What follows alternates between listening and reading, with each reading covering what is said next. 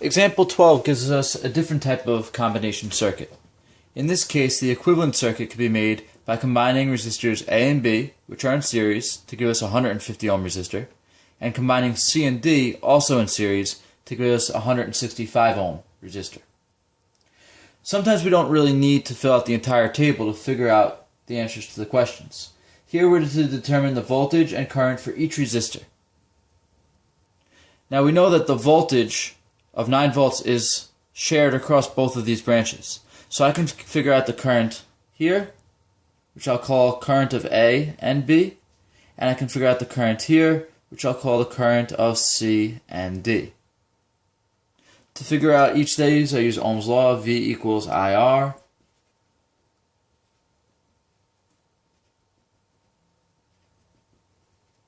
So the voltage is 9 volts, the current is what I'm looking for, and the resistance is 150 ohms. This gives me a current through A and B of 0.060 amps. Being that they're in a series combination, each A and B have a current of 0.060 amps. The same is really true for C and D.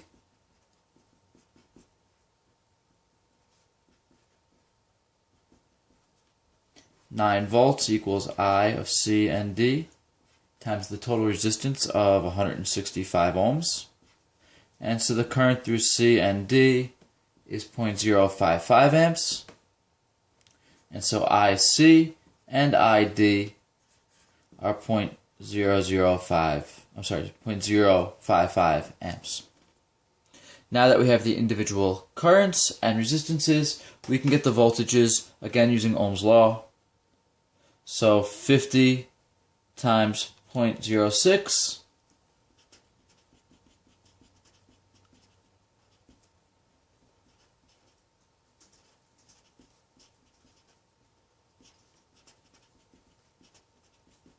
is 3 volts.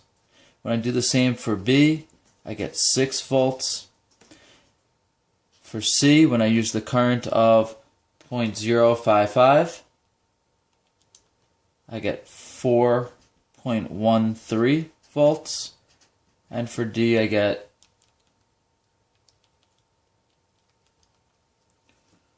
4.95 volts. In part C they ask us what would happen if we remove the 150 ohm resistor. Removing this one prevents the current from ever getting to the 100 ohm resistor, and so this light bulb would completely go off, there would be no current through it. But these guys still have the 9 volts across them, so they'd still have the same current and the same resistance, and therefore the same voltage, the same current, the same power.